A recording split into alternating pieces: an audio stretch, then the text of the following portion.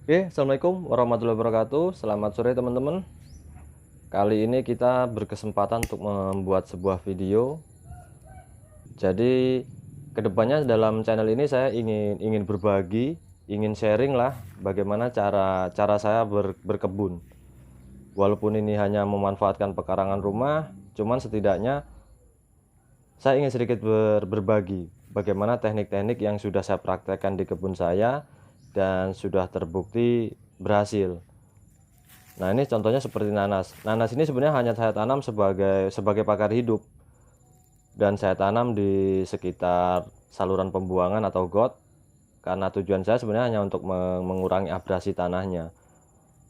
Teman-teman bisa lihat dengan perawatan yang bagi saya kurang maksimal sih, karena tanaman ini sebenarnya saya tujukan hanya membuat pagar hidup. Tapi teman-teman bisa lihat ukurannya lumayan jumbo, dengan jengkalan tangan saya pun lebih besar buah nanas ini. Mungkin kalau 2 kilo hampir ada 2 kilo bobot dari tanaman nanas ini. Ini bisa saya katakan perawatannya hanya seadanya, karena sebenarnya tujuan utama saya hanya sebagai pagar hidup, hanya mencegah agar tanah di sekitar saluran pembuangan di rumah saya ini tidak longsor gitu. Jadi mungkin pupuk yang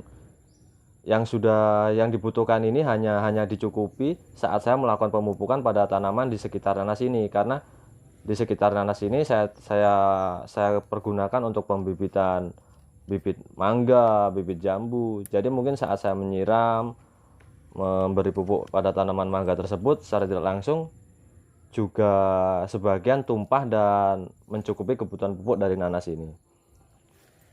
Bibit nanas ini saya perbanyak dulu, awalnya hanya dari mahkota. Kemudian saya perbanyak, dari anakannya saya tanam, dari mahkotanya yang sudah panen juga saya tanam, dan alhamdulillah sekarang sudah banyak. Ini teman-teman bisa dilihat.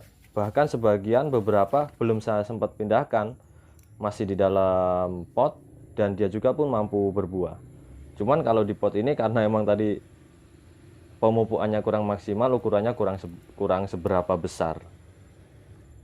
Jadi teman-teman yang hobi berkebun, sebenarnya nanas ini layak kita kembangkan, karena untuk perawatannya pun tidak sulit.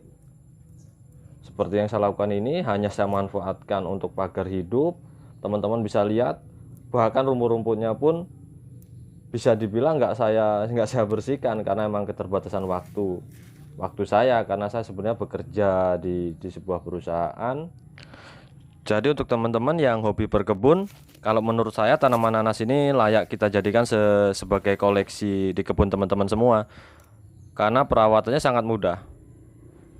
Jadi kalau teman-teman semua ada space ruang di pekarangan itu, ya bisalah kita manfaatkan untuk menanam nanas.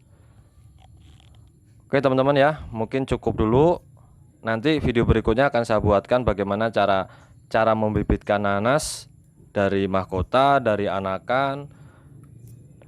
Ya, semoga bermanfaat aja. Terima kasih sudah menonton video saya. Semoga ini menghibur teman-teman semua. Saya akhiri, assalamualaikum warahmatullahi wabarakatuh.